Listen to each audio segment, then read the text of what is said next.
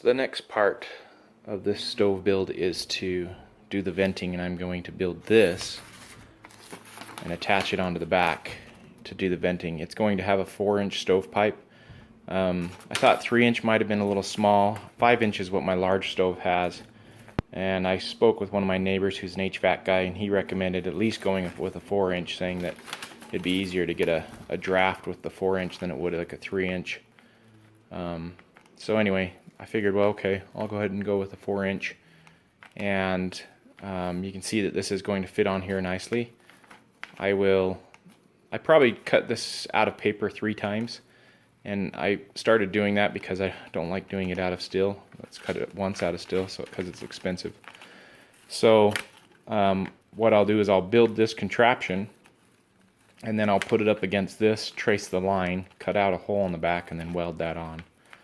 And after that, all I have left, I believe, unless I add something, are the legs and painting.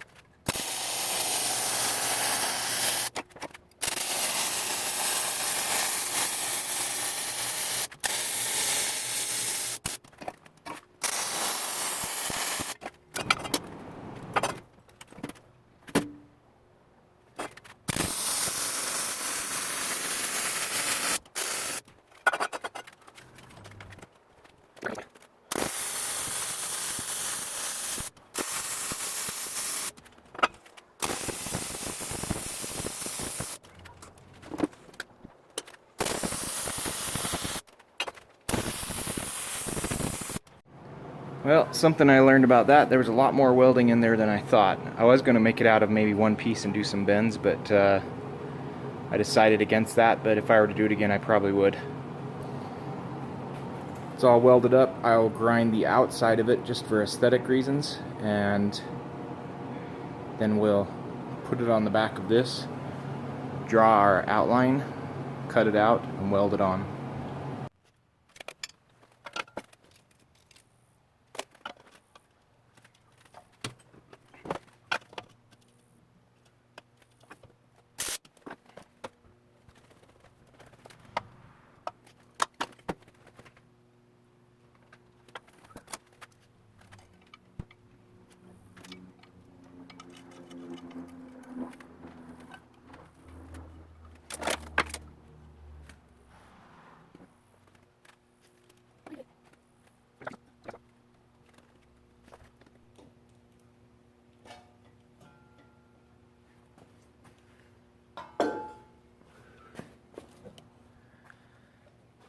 Okay, here's my outline as to where that's going to go. I'm going to cut it on the lower side of this line, and probably on the lower side of this line, just to lower it a little bit. I don't want that much curve up here, and it's right under this, which I was thinking maybe I should have done this first rather than this, but now I know. But if I bring it down just a little bit, I won't get so much cut back there and have to fill it with weld like I did that front piece on the first video.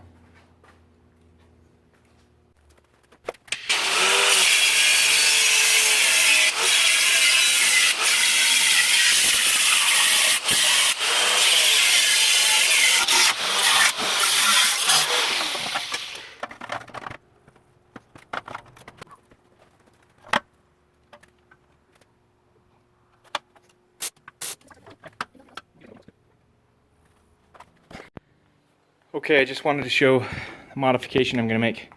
I cut this curve to match the pipe when this was up higher. but it was going to give me problems when I was trying to weld because I already welded the top on. So what I ended up doing was designing a patch to go in here that I will weld on, grind off on the outside, and it should look seamless on the outside. And I'll just leave the weld a bead on the inside. It should be plenty strong. And we'll put the stovepipe in this position, but we'll patch this. And what I did was grab measuring tape and hold it out maybe 12 inches, take a picture of it at about this angle, and then when I import it into my CAD, I take a couple of points on the measuring tape and size it according to that, over maybe like a 10 or 12 inch span. And then I can just draw the patch to fit this exactly. And I actually made it just a little bit longer because it will fit on the inside in case I need to pitch this up or down. So I made it a little bit longer, and what I'll end up doing now is cutting those out, welding them on, and that piece should be done.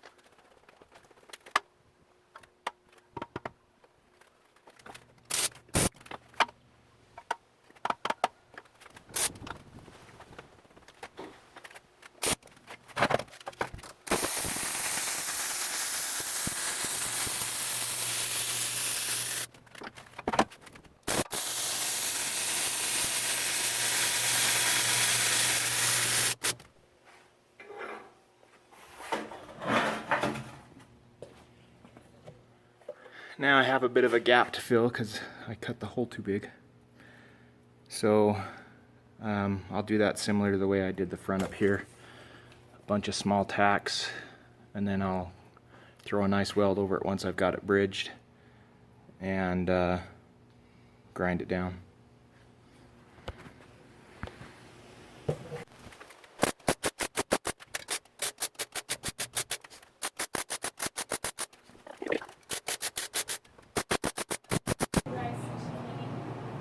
It's fine.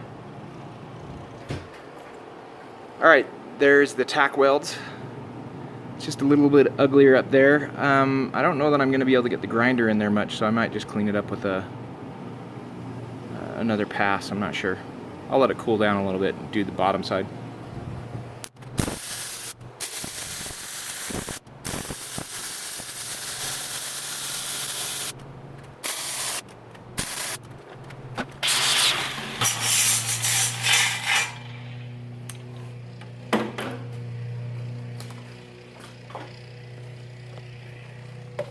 There we go, it's not too bad. I'm thinking about putting a pipe here. My last stove I actually had a ring on the inside and the stovepipe went into it. But this one I'm thinking about putting a ring up on top that the pipe can slide onto, since it's below the surface of the table here. So I just wanted to cut that back right there to make sure I had enough room to do that.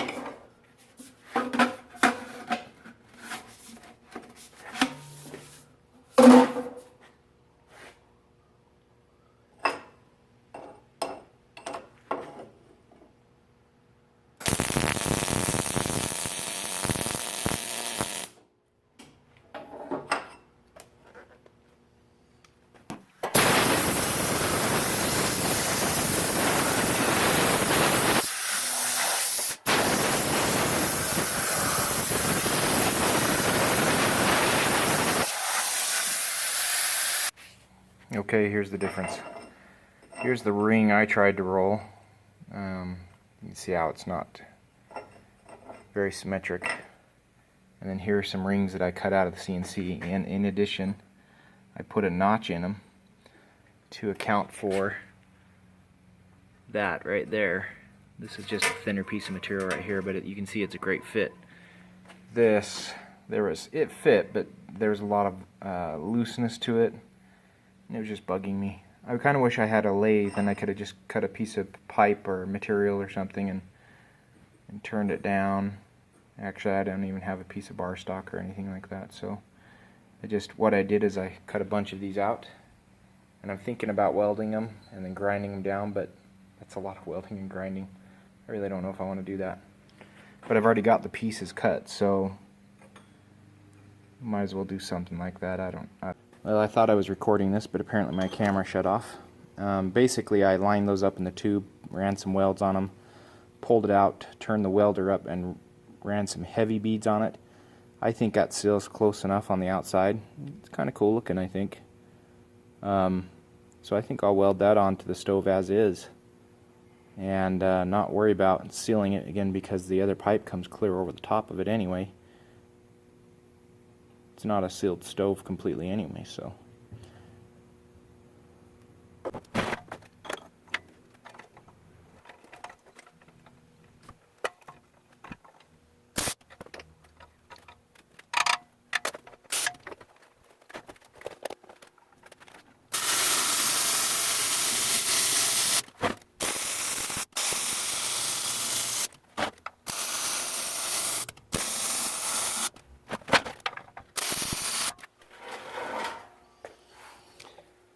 So, lesson learned, I should have welded this on before welding this on, and I should have welded this on before welding this on next time. With a stick, it's probably not so bad, but I don't have a stick welder, so with the MIG gun, I'm going to have to do a pretty long stick out to get that down there. You're not going to be able to see it probably because of the angle I have to get it.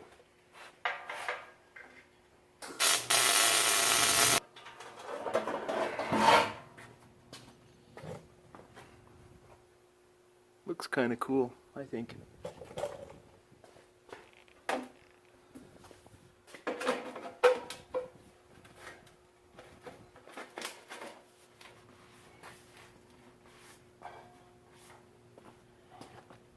It's an awesome fit. Nice and tight. Still might want to put a screw or something in it to stabilize it, but I like it.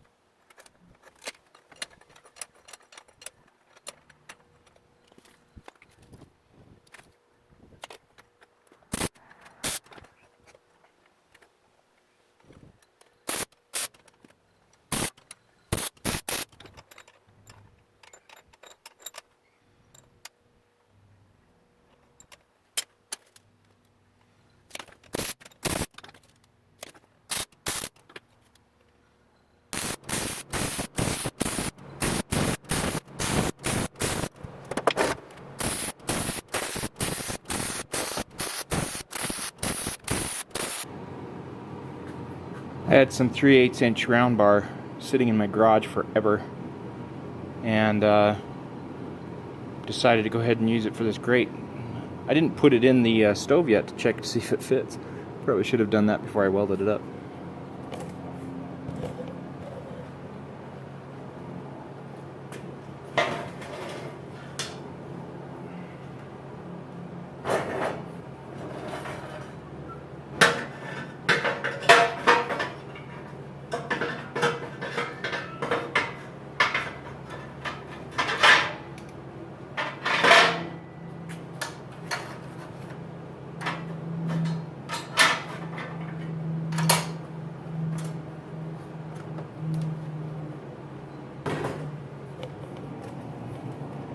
it's a good fit.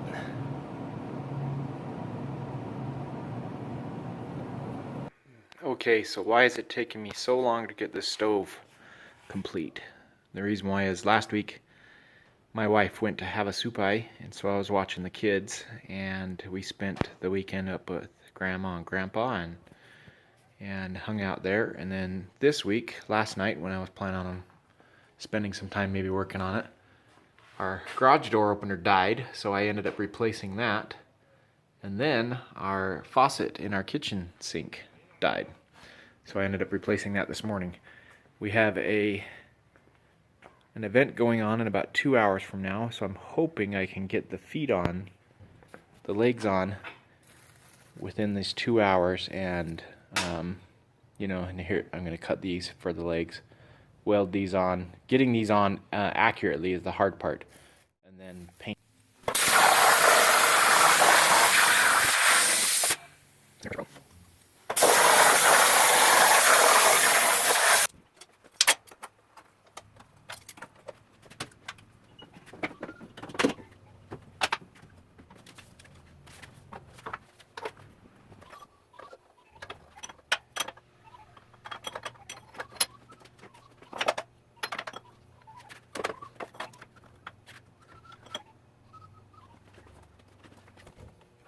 Just to show you what I'm doing, I'm building a jig. This is a template.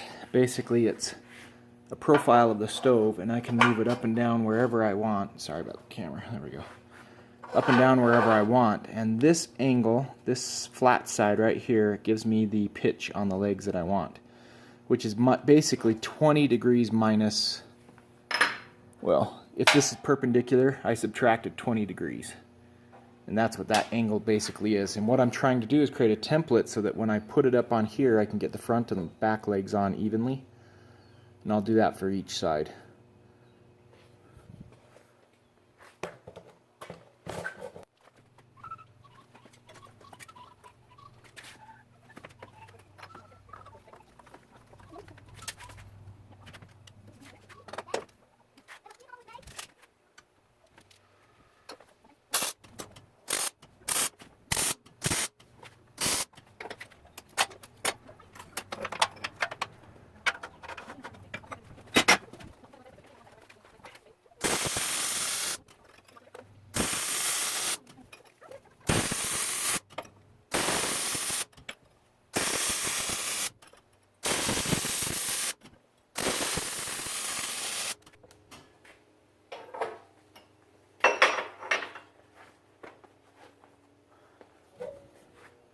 Okay, so basically this fits on here. I'll just have to make sure it's even from left to right level, and then I can use it as a template to correctly anchor the legs on. Now, what I use for the legs are these pieces of, well, these 1/2-inch couplers and this 1/2-inch pipe. I buy the 1/2-inch pipe in lengths twice as long as the legs that I need, or more than twice as long, because it's cheaper.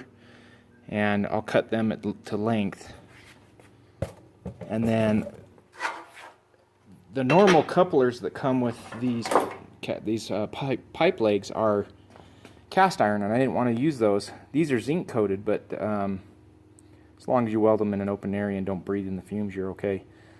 These work much better for welding. I don't have to worry about them as much as far as like cracking off or something. So if you want to get these, they're in the electrical section. Look in the electricals.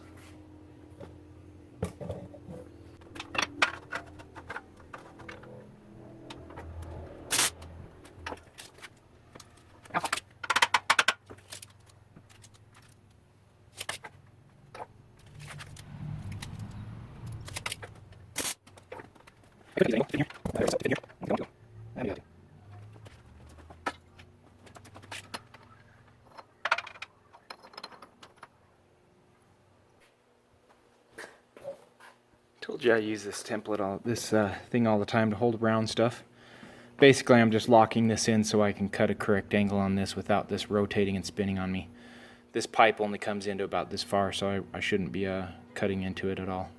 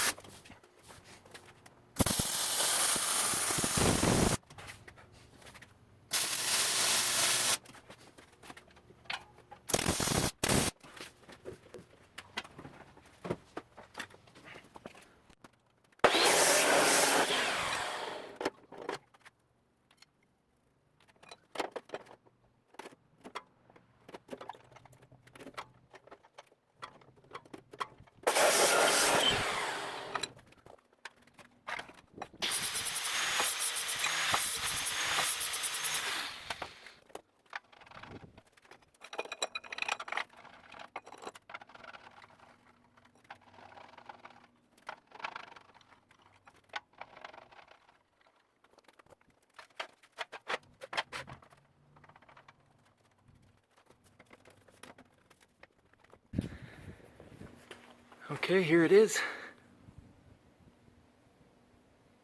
You can see that the top and the bottom are a little crooked from each other. The pan is a little off. So I was trying to level it according to the top, because the top I believe was accurate, but that's okay. I mean, it's subtle.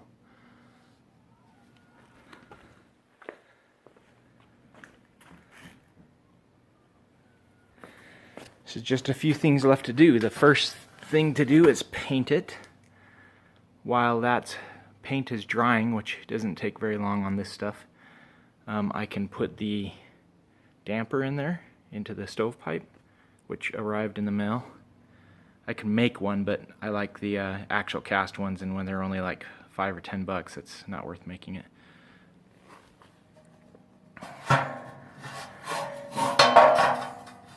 I like this with these on top so that when you slide a log in, they won't get caught. After the paint is dry, I'm going to put some fiberglass rope right here. I ordered some with some cement, fiberglass for some wood stove cement, and then it'll be ready to fire up. Oh no, I forgot one thing. I don't want embers and stuff to come out of here, so I need to make a grill to cover this to prevent that.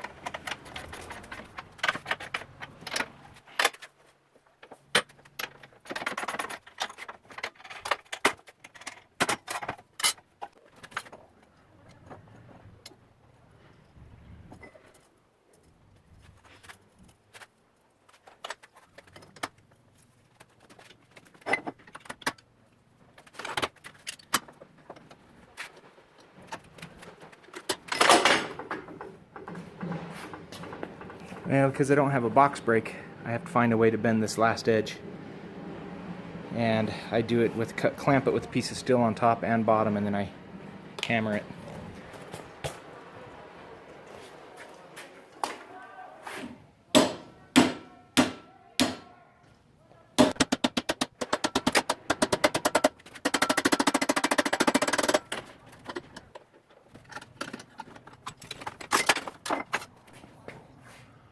There it is. Now to weld it up.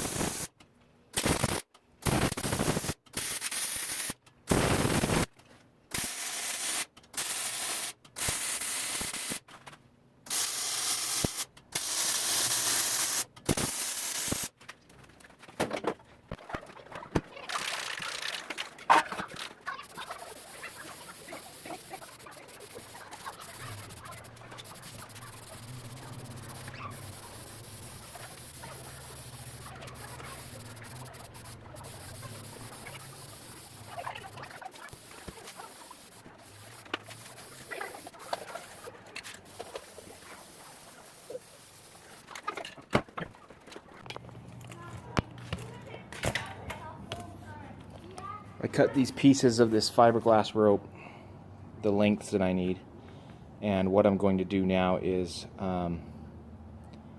put this gasket cement on it, and then you're supposed to wait 10 or 15 minutes for it to get tacky. Then you put it on and close the door and leave it for a couple of hours.